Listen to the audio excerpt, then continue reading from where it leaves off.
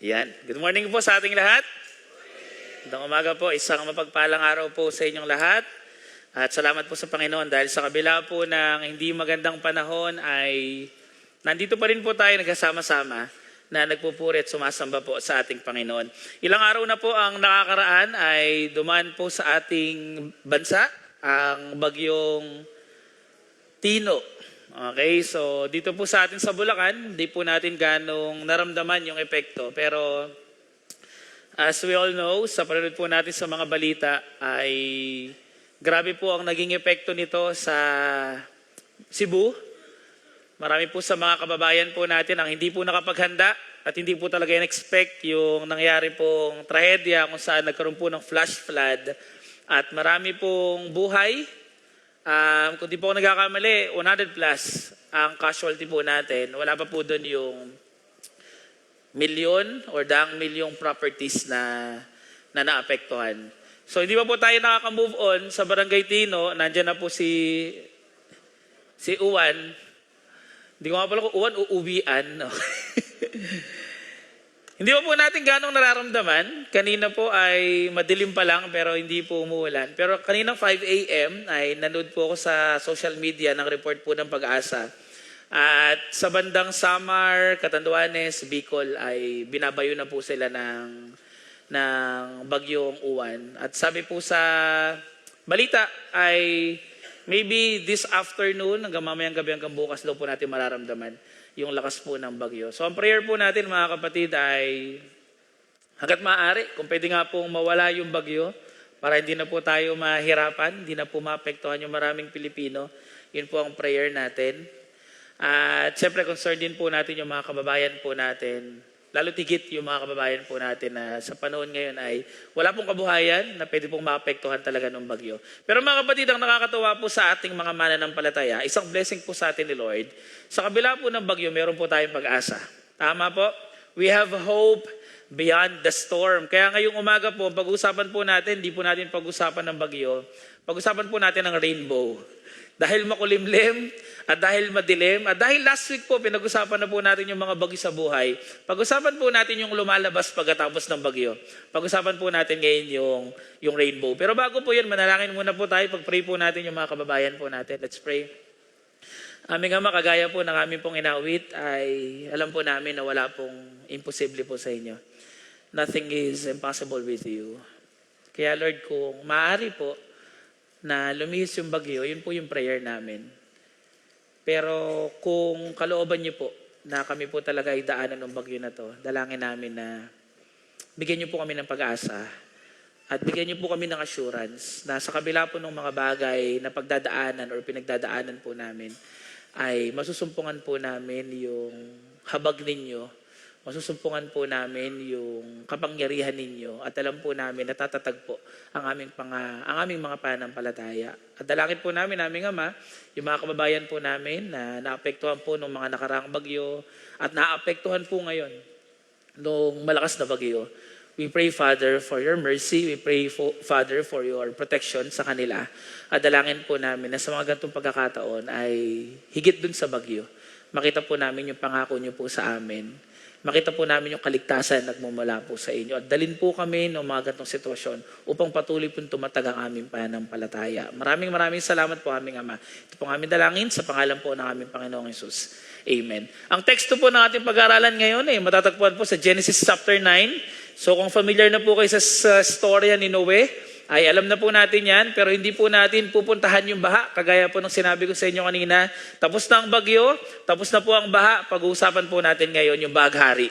Pag-uusapan po natin yung rainbow. Genesis chapter 9, verses 8 to 17. Ito po ang sabi. Then God said to Noah and to his sons with him, Behold, I establish my covenant with you and your offspring after you, and with every living creature that is with you, the birds, the livestock, and every beast of the earth with you, as many as came out of the ark.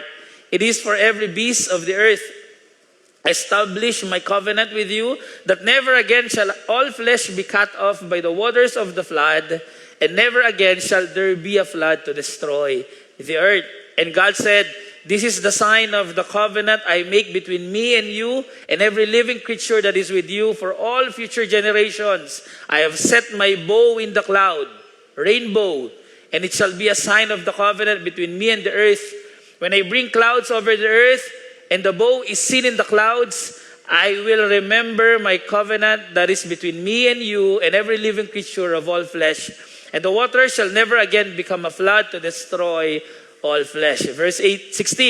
When the bow is in the clouds, I will see it and remember the everlasting covenant between God and every living creature of all flesh that is on the earth. God said to Noah, this is the sign of the covenant that I have established between me and all flesh that is on the earth. Mga kapatid, kauna-unahang account po sa Biblia na pinakita po ang rainbow or binigay po sa atin yung konsepto ng rainbow ay matatagpuan po sa Genesis chapter 9. Right after po ng flood. We all know the story. Alam po natin ang storya na dahil po sa kasamaan ng tao ay nagpadala po ang Diyos ng malakas na bagyo, nagkaroon po ng malawakang pagbaha at maraming tao po talaga ang nawala ng buhay. Maliban po dun sa 8 tao sa pamilya po ni Noe. And after the flood, again, we know the story. Gumawa po ng covenant. God made a covenant with Noah na magkakaroon daw po ng pangako ang Diyos na never na niyang gugunawin ang mundo sa pamamagitan po ng baha. Mga kapatid, rainbow is very beautiful. Tama po? Pagkatapos po ng kadiliman, pagkatapos ng bagyo, pag nakakita ka ng rainbow, ibig sabihin lumiliwanag na. Tama po. And every one of us, every time na nakakakita po tayo ng bagahari, it gives us joy. Yung kulay pa lang po niyan nagbibigay na po ng kasiyahan sa atin. Tama po? Ang sabi po ng science, according to science, ang rainbow daw po ay isang natural phenomenon na nangyayari every time na yung sunlight daw po nag-refract sa mga water droplets.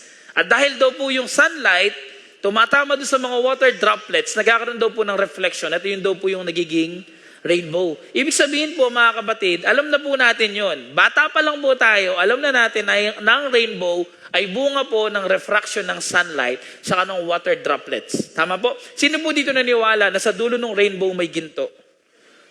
Naniwala po ba kayo doon?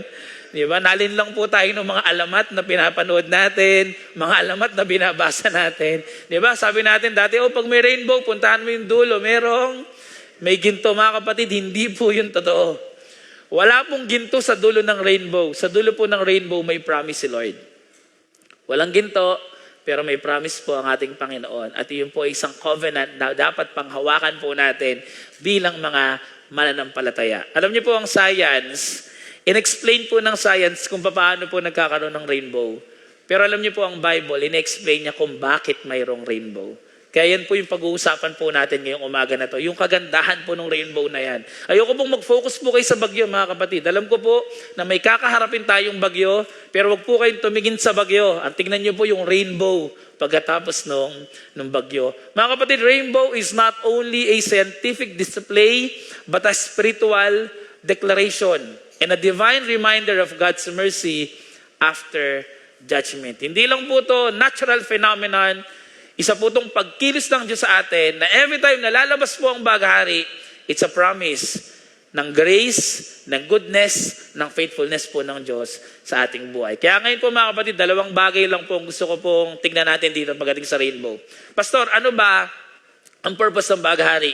Based on Genesis chapter 9, based on the covenant that God made through Noah, ano nga ba talaga yung purpose ng rainbow? 2 bagay po. Number 1, rainbow reveals God's grace.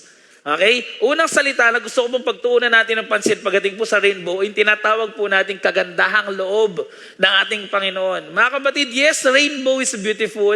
Masarap po siyang tignan, masarap po siyang panoorin, pero mga kapatid, sa likod po ng kulay na yon, makikita po natin yung kulay ng kagandahang loob ng ating Panginoon. Kung meron po talagang ibig sabihin ng baghari, it's the grace of God.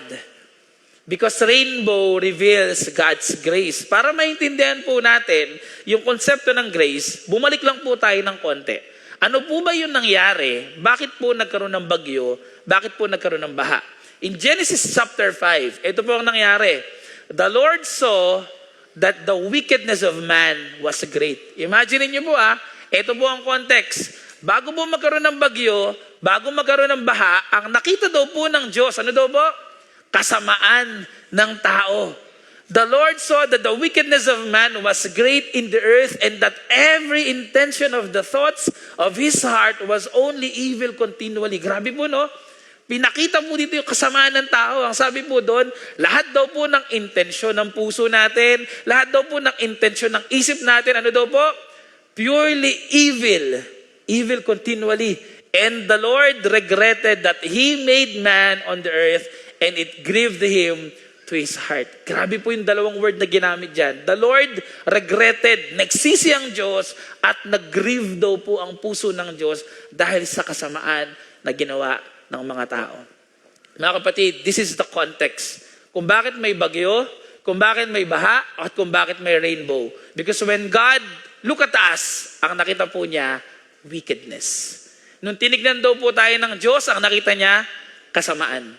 Tanggap po ba natin yan, mga kapatid? Sino po dito nagsasabi na, Pastor, ako po, isa akong makasalanang tao? Konti lang po, no? Lahat tayo makasalanan. Alam niyo po, mga kapatid, minsan po, madaling sabihin na, Pastor, ako tanggap ko naman na makasalanan ako. Tama po? Pero mga kapatid, tingnan niyo po, hindi po kasi sinner. Hindi po sin yung binanggit dyan. Sabi dyan, wickedness. Minsan, pag tinanong ka ng isang tao, tanungin ko kayo, tanggap niyo po bang makasalanan kayo? Madali pong sabihin, oo. Pero kapag tinanong ko, tanggap niyo po bang masama kang tao? Ano bang sagot ninyo? Minsan parang, hindi pastor makasalanan ako, pero hindi naman ako masamang tao. Tama po ba? Tama po? Minsan, madaling tanggapin na makasalanan ka, pero yung tanggapin mong masama kang uri ng tao, hindi po natin kayang tanggapin yon. Tama po? Pero pansinin niyo po, ano po ang sabi ng Bible in Genesis chapter 5. Hindi lang po dyan tinukoy na makasalanan ng mga tao. The term that was used is the wickedness of man. Ang sabi po doon, grabe na ang kasamaan ng mga tao. Hindi ko po sinasabing mas masasama yung tao noong unang panahon. Okay? Basta ang punto lang po dyan, mga kapatid, ganun po yung sitwasyon ng unang panahon. Nung panahon daw po ni Noe, lahat ng intensyon, ng puso, ng isip ng mga tao, puro kasamaan. Kaya dito mga kapatid, makikita po natin, Pastor, ibig sabihin pala niyan, kaya pala may mga bagyo sa buhay natin. It's because of our wickedness. Totoo po yun. Kahit ano pong bagyong pinagdadaanan natin. Nalala niyo po last Sunday, sa sermon po ng ating obispo, meron po tayong iba't ibang uri ng bagyo na pwedeng pagdaanan. Sabi niya, pwedeng financial storm, di ba? Pwedeng moral storm, pwedeng spiritual storm. Mga kapatid, lahat po ng bagyo sa buhay na pinagdadaanan natin. Alam niyo po anong pinanggagalingan yan? Sin. Wickedness. Lahat po ng calamity na nangyayari po sa bansa natin ngayon or kahit po sa ang panig ng mundo, it's because of sin. Marahil nagtatanong tayo, Pastor, bakit ganun? Hindi naman bumabaha dati daw dun sa Cebu. Bakit biglang nagkaroon ng flash flood? Sino pong may kasalanan? Sisisihin po ba natin ng Diyos? Na Lord, kasalanan mo Kasi nagpadala ka ng bagyo. Kasalanan po ba ng Diyos? No, it's because of the wickedness of man.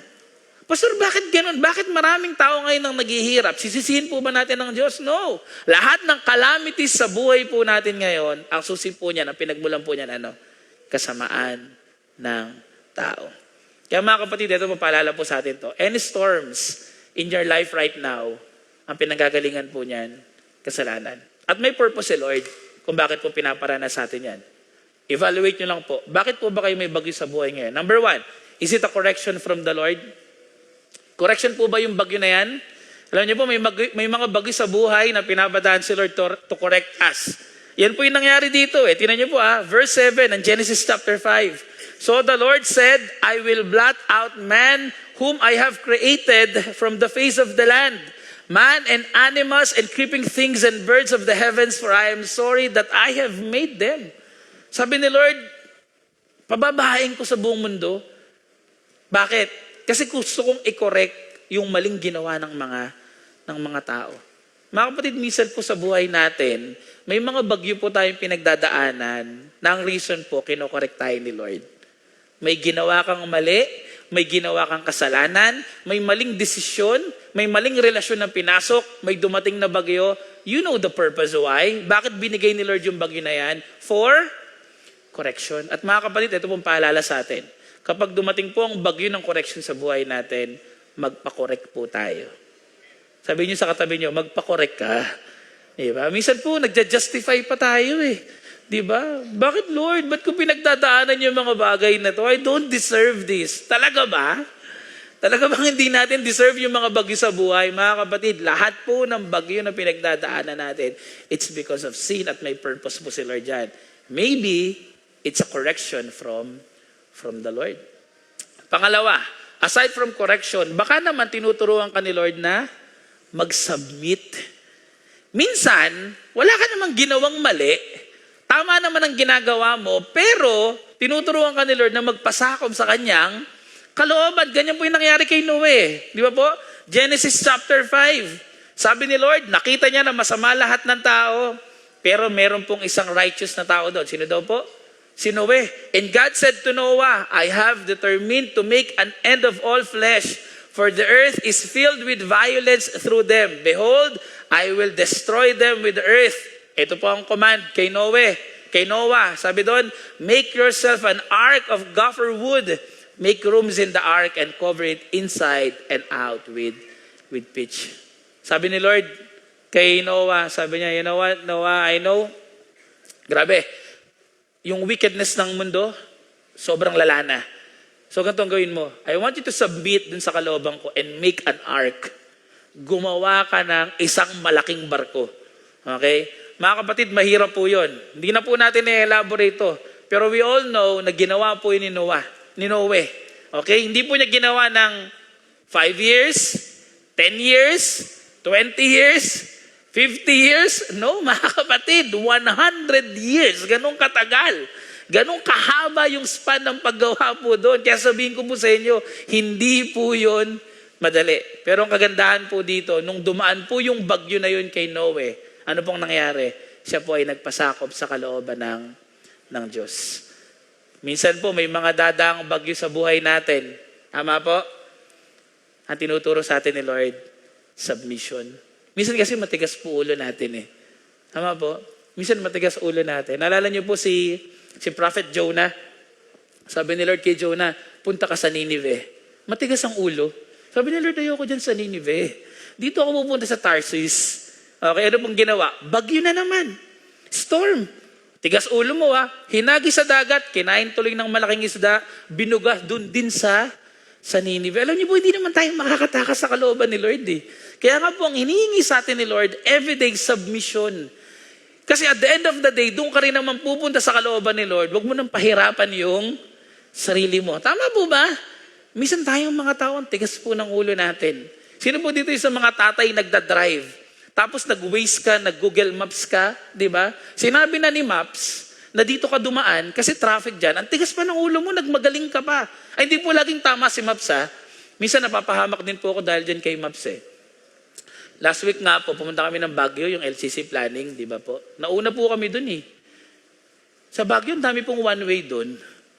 Tapos si Maps, hindi niya nakakabisado. Tuwing akit po ako ng Baguio, nawa one way ako. Okay. Muntik na po kaming mahuli Di ba po? Minsan mali si Maps, pero madalas po tama siya. Ngayon ko pag sinabi niya na dito ka na dumaan, huwag ka na magmatigas. Minsan matigas po ulo natin Ganun din po sa buhay Kristiyano natin. Minsan alam na natin na ito ang dapat mong gawin. Anong gagawin natin? Lord, ayoko niyan, magmamatigas ako. Alam niyo po, mahihirapan lang tayo. Mahihirapan lang kayo. Pero magugulat kayo, at the end of the day, natin din po tayo sa kalooban ng Panginoon. Ganun po ang nangyari kay Noah Grabe po yung submission niya. Pwedeng magtanong si Noah. Di ba? Pwede naman sabihin ni Noah kay Lord, Lord, kasama ba ako doon? Di ba? Masama ba akong tao? And sabi nga po doon, siya lang daw po yung righteous Di ba? Masama ba ako? Ba't pati ako madadamay doon sa ulan? Di ba? Pwede naman yun Pwede ba Lord na yung bagyo, wag na po sa Pilipinas dumaan, mababait naman kami. Ito po yung mga gantong lahi, masasama ugali nila, sinalalang padaanan yun ng bagyo. Pwede po ba yun? Hindi. Mga kapatid, pag umulan po, lahat po nauulanan. Pag dumaan ng bagyo, Kristiyano ka o hindi, madadaanan po tayo ng bagyo. Hindi po iniiwasan ng bagyo yung bahay ng mga Kristiyano. Tama po ba? Pag dumaan po ba ang uwan mamaya dito sa atin, yung bahay ninyo hindi mauulanan? Hindi po lahat. Tama po. Anong purpose, Lord? Wala naman akong ginawang masama. Bakit kailangan kong pagdaanan yung bagyo na yan? The purpose is submission. Submission. Minsan, sometimes God is not correcting you, but He wants you to submit sa Kanyang kalooban. At pangatlo po, mga kapatid, aside from that, the third purpose of storm is elevation. Minsan, hindi ka kino-correct ni Lord. Minsan, marunong ka naman mag-submit, pero God wants to elevate your faith and God wants to elevate your worship sa Kanya. At yun po yung ginawa ng Diyos kay Noah. In-elevate po yung pananampalataya na meron siya, kaya po kahit yung pagsamba niya, umangat din. Tingnan niyo po, Genesis chapter 8. Then Noah built an altar. Tapos na po yung ulan. Nakalabas na po sila dun sa ark. Then Noah built an altar to the Lord and took some of every clean animal and some of every clean bird and offered burnt offerings on the altar. And when the Lord smelled the pleasing aroma, the Lord said in his heart, I will never again curse the ground because of man, for the intention of man's heart is evil from his youth. Neither will I ever again strike down every living creature as I have done. Tingnan niyo po ano po yung nangyari kay Noah. After the flood, dahil dun sa malakas na bagyong pinagdaanan niya, nag-elevate yung kanyang faith. And aside from his faith, nag-elevate din po yung kanyang pagsamba sa ating Panginoon. Alam niyo po, minsan, tinetest po talaga ni Lord yung faith natin and yung worship natin sa Kanya sa pamamagitan ng bagyo. Ito po sabihin ko sa inyo, magpasalamat po kayo kay Lord ngayong umaga. Alam niyo ba kung bakit? Kasi po na-elevate po ninyo yung pananampalataya at yung pagsamba niyo po kay Lord. Alam niyo kung bakit? Hindi po lahat ng miyembro nakakarating sa church pag may bagyo. Napansin niyo po ba yon? Hindi po lahat ng Kristiyano nakakarating ng church pag may ulan. Tama po ba? Tama po o correct?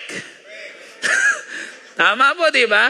Sino pong tinablan? Sino pong tinamaan? O nga, Pastor, minsan pag umuulan nga, hindi ako umattend ng church eh. Mga kapatid, hindi po natin kinokondem yung mga uma-absent ha. Ang sinasabi lang po natin dito, sometimes, those events are testings from the Lord. Minsan tinetest tayo ni Lord dyan. Gano'n ba talaga kalaki yung faith mo? Gano'n ba kalaki yung pag-ibig mo sa akin? Gano'n ba kalaki yung desire mo na sumamba sa akin? Minsan po talaga napipigilan lang tayo ng ulan eh. Minsan napipigilan lang tayo ng bagyo. Pero isipin niyo po, dito po pinadaan ni Lord ang family ni Noah sa isang malakas na bagyo. Ang resulta, elevation of faith, elevation of worship. Kaya minsan dapat po talaga hindi natin iniiwasan yung mga bagyo na yan eh. Tama po? Kasi may magandang dulot po yan sa ating buhay. Amen po ba? May napanood po akong isang magandang discussion sa social media kahapon. Kasi pinag-uusapan po yung mga nangyayari sa Pilipinas ngayon. Okay? It's a group of young people na pinagpe-pray po talaga yung Pilipinas eh. So, it's a video na parang tinatanong nila na, Lord, ano bang purpose? Bakit pinagdaanan ng Cebu yung mga disaster na yun? Kasi ang Cebu po talaga ngayon taon, medyo malaki po pinagdaanan eh. Lindol, bagyo, di ba? Ang kulang na lang po apoy eh. Okay? Pero sana naman wag kasi para makarecover po yung mga kababayan natin. So sabi ng mga kabataan na to, sabi niya, ba't kaya nila pinagdadaan? Alam niyo po ang conclusion ng mga kabataan na to? Simple lang. Sabi nila, alam ni Lord yung ginagawa niya. He is sovereign. And definitely, ang Cebu magbabounce back. Sabi po nila, all throughout the history, lahat daw po ng bayan na dinaanan ng disaster, pagkatapos po ng ilang taon, mas matatag na. Mas strong na. Mas alam na po ang gagawin. Pasinin niyo po yung nangyari sa Marikina. Di ba po, nung sila po binaha, hindi na na-anticipate. Marami po talagang nawala ng buhay, maraming sasakyan, maraming bahay ang nasira. Pero pasinin niyo po ang Marikina ngayon. Isa po sa mga established talaga na bayan na kahit anong baha pinaghahandaan na po nila, alam na po nila. Bakit? Kasi nag-bounce back po sila from that disaster. Kaya alam niyo po mga kapatid, yung mga bagyo ng buhay natin, hindi po natin iniiwasan yan dapat. Dapat po talaga pag alam natin na galing kay Lord yan, evaluate natin, Lord, anong purpose nito? Is it correction? Is it submission? Is it elevation? Kasi sigurado po, kahit alin po sa tatlo na yan, ang purpose po ng bagyo na yon, ang dulo po noon, lahat po tayo tatatag sa pananampalataya sa ating Panginoon. Amen po ba? Kaya nga po kanina, ang prayer natin, kung pasin niyo po, ang sabi ko, Lord, ang prayer namin, sana ma-dissolve. Pero kung hindi, at kailangan namin pagdaanan, patatagin niyo po ang aming pananampalataya. At protektahan niyo po ang bawat Pilipino. Minsan po talaga, hindi natin may iwasan yung mga bagyo. Even the Apostle Paul, alam niyo po actually, yung dinedevelop ko po na sermon, tong week na to, hindi naman po talaga to eh. Dapat po ang sermon ko ngayon, Acts chapter 27. Naalala niyo po nung na-shipwreck si Paul? Kasi nung nakinig po ako ng sermon ni Bishop nung Sunday, sabi ko gusto kong sundan yun. Ang ganda nung sermon ni Bishop patungkol sa bagyo eh. Sabi ko, pag-usapan naman natin nung na-shipwreck si Paul. Di ba? Dapat po yung talaga gagawin ko sermon, not until nung Thursday. Mamaya kikwento ko po sa inyo ba't nabago yung sermon ko. Nung Thursday ko lang po ginawa yung sermon na to eh. Okay, binago ko po talaga yung sermon. Imagine niyo po si Paul nakakulong na siya, tapos ililipat lang sila, itatransfer lang sila. Grabe po, nadaan pa po sila sa bagyo. Habang sila daw po ay nasa barko, grabe, ilang araw daw po silang talagang hinahagupit ng malakas na bagyo. Na-shipwreck po sila. Doon po, alam niyo po, nang ginagawa ko yung sermon na isang bagay na realize ko, sabi ko, Lord, minsan talaga kahit anong prayer namin, talagang hindi mo aalisin yung bagyo eh. Basahin niyo po yung event na yon, nung na-shipwreck sila Paul, they were praying to the Lord, na Lord, mamamatay na ata kami, ilang araw na kami binabagyo. Pero hindi po inalis ni Lord yung bagyo. Alam niyo po kung bakit? Because they need that storm. Kailangan nilang pagdaanan yung bagyo na yon kasi may ituturo si Lord sa kanila. Mga kapatid, hindi po lahat ng bagyo na didissolve. Yung ibang bagyo, hahagupitin po talaga tayo. Pero maniwala po kayo, at the end of the storm, there is hope. May pag-asa po tayo na nagmumula po sa ating Panginoon. At dyan po natin ma-experience yung grace ng ating Panginoon. Pansinin niyo po dun po sa story, nung nawala na po yung baha, ano daw pong ginawa ni Noah? They worship the Lord, and because they worship the Lord, gumawa daw po ng covenant ang ating Panginoon. Tingnan niyo po Then God said to Noah and to his sons with him, Behold, I establish my covenant. Mga kapatid, pansinin niyo po ito I want to highlight the word my covenant.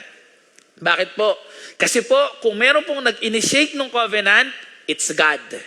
Kung meron pong gumawa ng covenant, it's God. Kaya ang sabi niya, I establish my covenant with you and your offspring after you. Pagdating po ng verse 11, yung nakaread, tingnan niyo po I establish my covenant with you that never again, ito daw po yung promise never again shall all flesh be cut off by the waters of the flood, and never again shall there be a flood to destroy the earth. Grabe po yung promise, no? Because of the offering, because of the faith and worship na binigay nila Noe, gumawa ng covenant si Lord. Sabi niya, this is my covenant. Wala nang mangyayaring baha kagaya nun. Nakikitil sa buhay ng mga tao sa mundo. Dito po ilang bagay ang makikita po natin patungkol po sa covenant ni Lord. Number 1, God's covenant of grace is unconditional. Mga kapatid, ibig sabihin po, hindi po humingi ng condition si Lord. It's a result nung promise po talaga ni Lord sa atin. Unlike po sa ibang mga covenant sa Bible, na may hiningi po ang ating Panginoon, dito po wala siyang hiningi sa atin. Tingnan niyo po, ilan po mga covenant sa Bible. When God made a covenant with Adam and Eve in the Garden of Eden, diba ano pong covenant ni God kay Adam and Eve? Sabi niya, I will bless you. Lahat ng pangangailangan nyo, ipoprovide ko dito. Okay, ano lang po ang hiningi ni Lord? Huwag nyo lang kakainin to. There's a condition. Nakita po ninyo? When God made a covenant with Abraham, may condition din po. Diba? Ang sabi ni God kay Abraham, bibigyan kita ng lupa, dadami ang lahi mo, magiging blessing ka sa iba, pero may condition. Anong sabi ni God? Umalis ka dyan sa lupain mo. Iwanan mo ang Ur, and then I will bring you to the promised land. Mayroon pong condition. When God made the covenant with Moses, binigyan po niya ng 10 commandments. Sabi niya, I will bless you, I will be your God, and you will be my people. Pero you have to obey the 10 commandments. Nakita po natin, some of the covenants sa Bible, may condition na hinihingi. Maliban po sa covenant na to. Mga kapatid, the Noahic covenant is unconditional in its nature. Hindi po humingi ng kondisyon ng Diyos, bigla lang po siyang nangako. Hindi po sinabi ni Lord na, sige, hindi ko nagugunawin ng mundo, basta ito huwag kayong gagawa ng kasalanan. Kailangan, sumunod na kayo sa akin. Wala pong sinabing ganun si Lord. Bakit? Kasi it's a promise na ibinigay po sa atin ng ating Panginoon. Kaya nga po, tingnan nyo doon sa covenant. There is the word, never again. Nakita po nyo po yun? Conclusion na po yan, mga kapatid. Hindi na po yan mababago. Nung sinabi po ni Lord na never again, hindi na talaga magugunaw ang mundo sa pamamagitan ng malawakang pagbaha, hindi na po yun mangyayari. Bakit? Because God's promise is not based on our performance. God's promise is based on His goodness and grace. Kaya sabi niya, never again is unconditional. Hindi na po makakaranas ng malawakang baha ang mundo. It's never again. Sabi ni God, it's unconditional. Pangalawa, God's covenant is universal. Kanina ang sabi natin, hindi humingi ng kondisyon si Lord. Ngayon naman, it's universal. Pastor, anong ibig sabihin ng universal? Ibig sabihin po mga kapatid, pang lahat po yan. Hindi lang po yan pang Hudyo, hindi lang po yan pang Griego, hindi lang po yan pang Pilipino, hindi lang po yan pang Kristiyano. Yung promise po na to, lahat ng tao pwede po yung i-claim. It's universal. Tingnan niyo po doon sa verse 12, sabi doon, this is the sign of the covenant that I make between me and you and every living creature. Actually, kasama pa nga po yung pati yung mga hayop. Imagine niyo po lahat daw po ng living creature kasama sa covenant na to. For all future generations, hindi lang po yung panahon ni Noe. Even po yung panahon natin, kasama po sa covenant na to. Kasama sa promise na yan. Ibig sabihin po, yung promise na yan, it's universal. Pang lahat po yan. Ibig sabihin, Pastor, lahat pala nung tao sa mundo, Kristiyano man o hindi, mabuti man o masama, pasok sa covenant na to. Pasok po mga kapatid. Kasama po ang mga tao talaga na kapag nagbuhos ng blessing si Lord, Christian ka man o hindi, kasama ka. Ang tawag po natin dyan, common grace. That's the common grace para po sa lahat ng tao.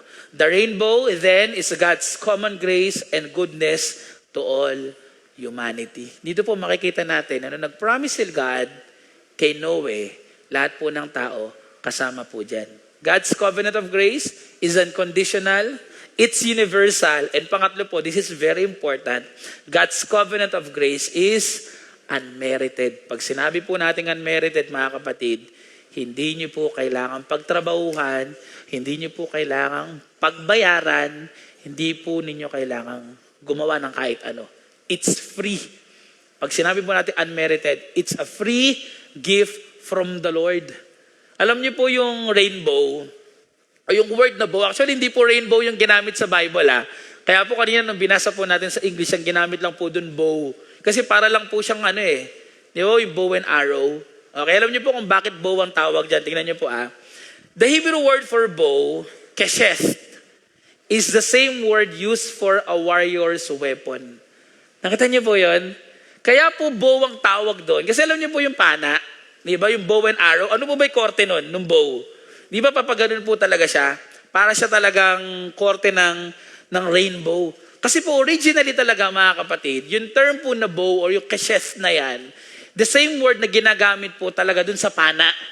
Yung mga ginagamit po ng warrior nung unang panahon, at papansinin niyo po ito mga kapatid Kapag kayo po gumamit ng pana, let's say papanahin ko po kayo. Okay, papanahin ko kayo.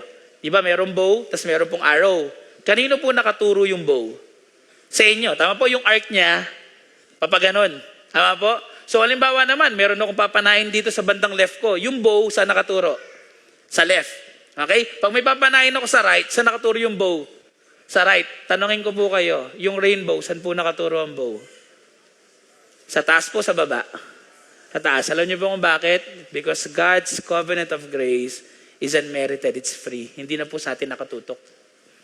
Tinanggap na po yun ng ating Panginoong Yesus. Kaya po yung bow talaga, hindi po nakaturo sa atin. Ibig sabihin, hindi na po tayo tatanggap ng punishment. Amen po ba? Ang ganda po, no? Pastor, kaya pala ganun yung rainbow? Di ba? Hindi po sa atin tinuro yun sa science Yung rainbow, ba't ganun yung korte niya? Alam niyo po kung bakit? Sinabi ng Bible, hindi na nakaturo sa atin yung galit ng Diyos. Iniwas na po tayo doon. It's a covenant of grace na nagmumula po sa ating Panginoon. Kanino po tinuro? Hindi sa atin, sa anak. Sa anak. Isaiah chapter 53 verse 5. But Jesus Christ was pierced for our transgressions. He was crushed for our iniquities. Upon him was the chastisement that brought us peace, and with his wounds we are healed. Kaya pala hindi na nakaturo sa akin Kasi tinuro pala kay Jesus Christ nung napako siya sa krus. Kaya pala hindi ako yung tinamaan ng pana. Si Jesus Christ pala yung tumanggap. Kaya pala hindi ako yung pinako. Si Christ pala yung pinako. Kaya pala ngayon, yung sugat ko magaling na. Kasi yung sumalo pala nung sugat, nung hagupit, nung galit ng Diyos, hindi tayo. Kanino po tinuro? Sa ating Panginoong Jesus. That is the reason na yung grace po ng ating Panginoon, unmerited. It's free kasi binayaran na po ng ating Panginoon. Yung mga kapatid, that's grace. At naniniwala po ako kapag tinignan po natin doon yung rainbow, sa ganyang konsepto, biblically, pag nakakita po kayo ng rainbow bukas, iba na po yung pagtingin natin. Tama po. Hindi lang siya basta magandang bagay. It's a picture of God's grace sa atin. It's a picture of God's salvation para po sa ating lahat. Na dapat tayo ang tatanggap, pero sinalo ng ating Panginoong Jesus. Mga kapatid, the rainbow, it reveals the grace of God. Pangalawa, this is my second point. Aside from revealing the grace of God, ang rainbow din po, it resounds the glory of God. It resounds God's glory. Mabilis na lang po ito mga kapatid, hindi po ako sobrang magtatagal dito. Pero alam niyo po, aside from Genesis chapter 9, nagkaroon pa po ng mga events sa Bible na binanggit po uli yung rainbow. Okay? So una po, Genesis chapter 9, pagkatapos ng baha, nagbigay ng promise si Lord, nagkaroon ng rainbow. Aside from that, nagkaroon po ng mga visions sa Bible na may nakitang rainbow. Tingnan niyo po kung saan po nakakonekta yung rainbow ngayon. Ezekiel chapter 1, verses 27 to 28. Ang vision po dito ni Ezekiel, nakita po niya yung glory ni God. Tingnan niyo po kung paano in-explain, kung paano dinescribe yung glory ni God. And upward from that, from what had the appearance of his ways, I saw, as it were, gleaming metal, like the appearance of fire, enclosed all around. And downward, from what had he appearance of his ways, I saw as it were the appearance of fire, and there was brightness around him. Ang nakikita po niya yung glory ni God. May vision po sa Ezekiel kay God. Like the appearance of the bow that is in the cloud on the day of rain, so was the appearance of the brightness all around. Such was the appearance of the likeness of the glory of the Lord. And when I saw it, I fell on my face, and I heard the voice of one speaking. Mga kapatid, tingnan niyo po nung nakita daw po ni Ezekiel si God, nagkaroon siya ng vision ni God. Ano daw po yung nakita niya? It's like a rainbow.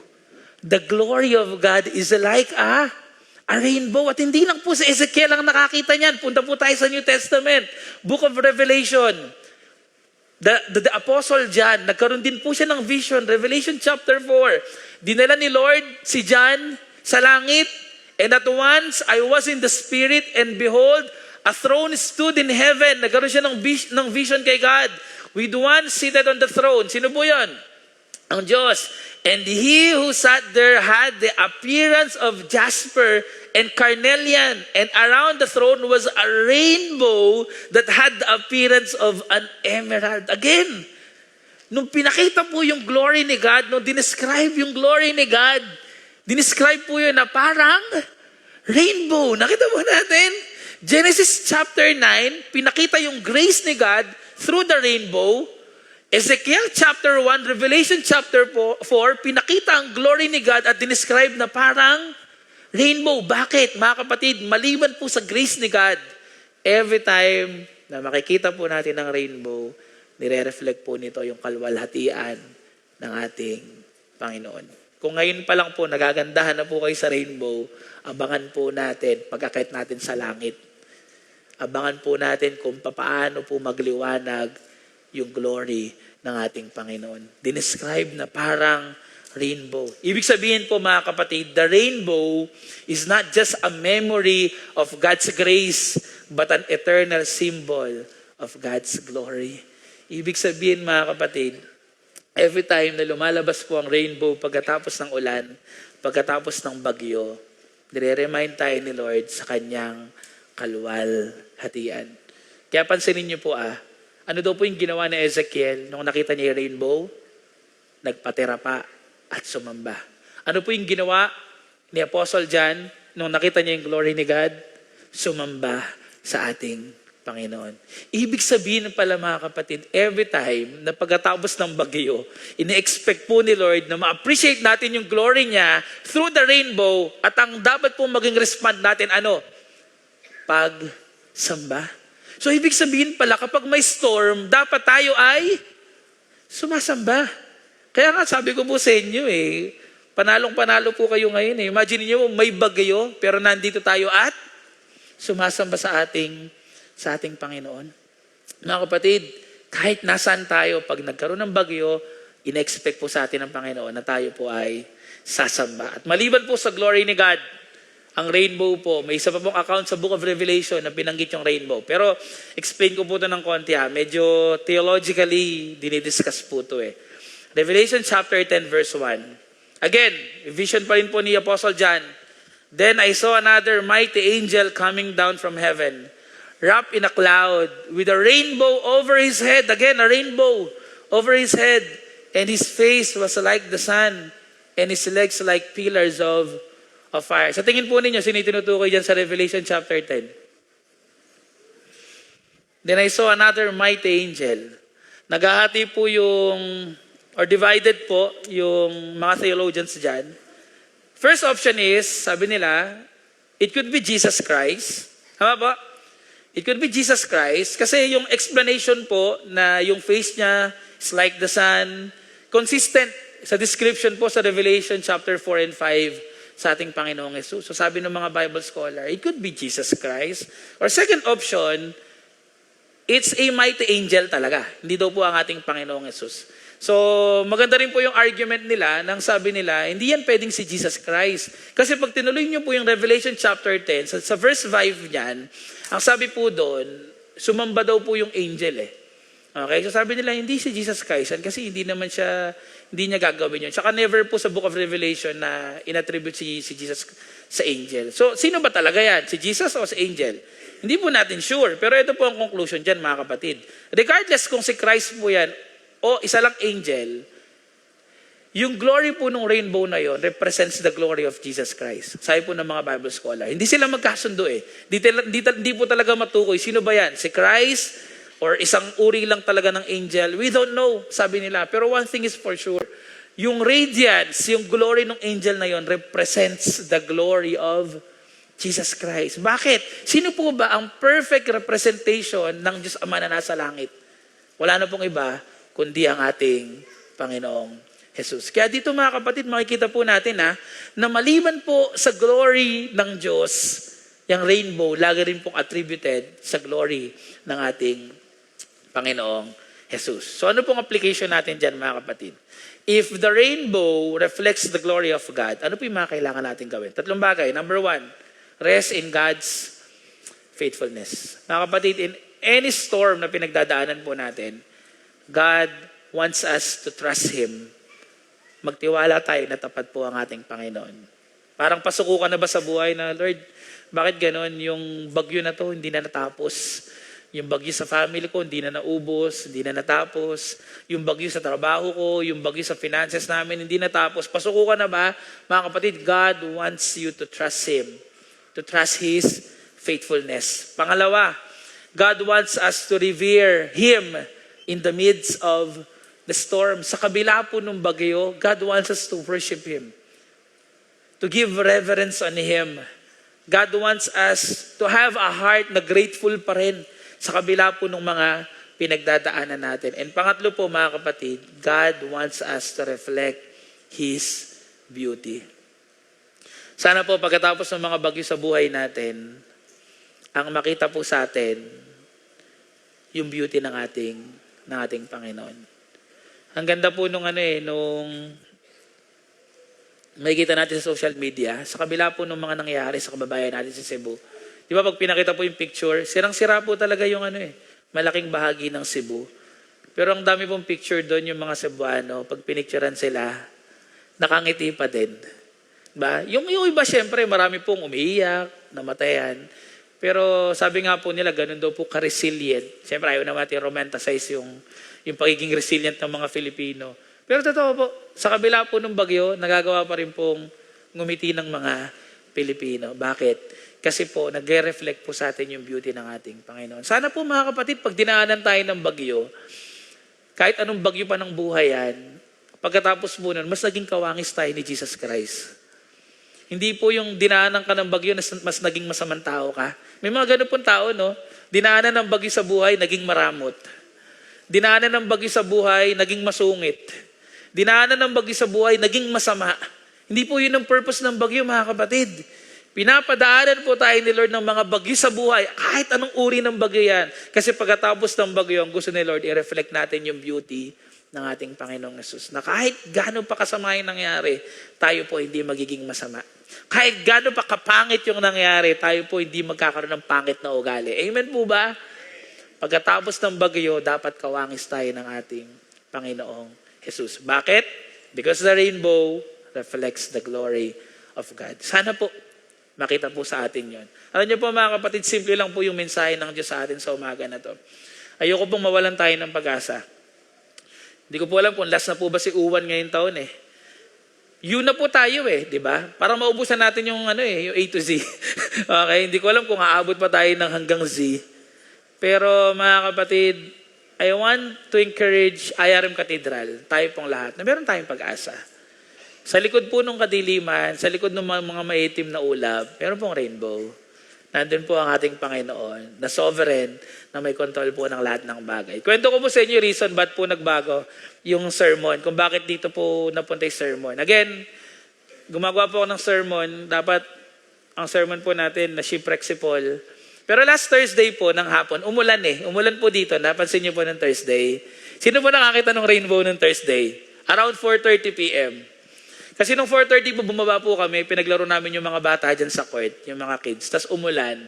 Tapos po, nakita ko po yung rainbow. Kaya nagbago yung sermon ko eh. Sabi ko, Lord, sige na nga, ito yung gagawin kong sermon. Para patunayan po yun, vinidyoan ko papakita ko po sa inyo sa mga di nakakita. Sana po maging ay malabo. Kita niyo mo yung rainbow? Ayan yan na. Videoan. Kita niyo po ba? Wala na, malabo. Dito po yan Thursday, 4:30 p.m. Ayan Rainbow po yan. Actually, ang ganda nga po. Late ko lang talaga siya na videoan eh. Pero bago po siya maputol, buong buo po talaga yung pagka-bow niya. Sabi ko, grabe. Ngayon na lang uli ako nakakita ng rainbow na talagang nakakorte na rainbow. Nakita ko po nung Thursday. Kaya sabi ko, sige Lord, babaguhin ko yung sermon. Okay. Parang sabi ko, sige Lord, baka it's a reminder for us na kailangan naming ma-encourage sa kabila ng mga bagyo na pinagdadaanan namin. So mga kapatid, that's the reason kung bakit po Thursday lang ako gumawa ng sermon. Noong Thursday ko lang po binago yung sermon. Kasi naniniwala po ako that this message is for every one of us. God wants to encourage us ngayon. Mga kapatid, may mga bagyo sa buhay, pero merong rainbow na nagmumula po sa ating Panginoon. Mga uling paalala po mga kapatid, rainbow is a reminder that the storms of life are not the end. They are the path to the promise. May pangako po ang Diyos. Walang ginto sa dulo ng rainbow, pero may promise si Lord, mga kapatid. Rainbow is a reminder that God's faithfulness spans generations, even when we fail Him. Mag-fail po tayo, mga kapatid, pero hindi po mawawala yung rainbow. Uulan, pero laging may rainbow po sa dulo. And pangatlo po, rainbow is a reminder that His glory still paints the heavens, declaring that grace has triumphed over judgment. Alam niyo po, kung i-imagine lang po natin, yung rainbow, isipin niyo po ito, na every time na gustong ni Lord na mapansin po natin siya, kukuha ng paintbrush, tapos magpe-paint siya ng ganun. Anak, nakakalimutan niyo na ata ako O sige, bibigyan ko kayo ng bagyo. Pero don't worry, after the rain, I will paint the rainbow. And then it will remind you that I am the sovereign God, na kompleto yung 7 kulay ng rainbow na yan. At pinapaalala ko sa inyo na mahal ko kayo, kahit anong pinagdadaanan nyo, makulay pa rin ang buhay. Amen po ba? Makulay po ang buhay, mga kapatid. May kadiliman minsan, pero may kulay po ang buhay sa ating Panginoon. Happy Lord's Day po sa ating lahat.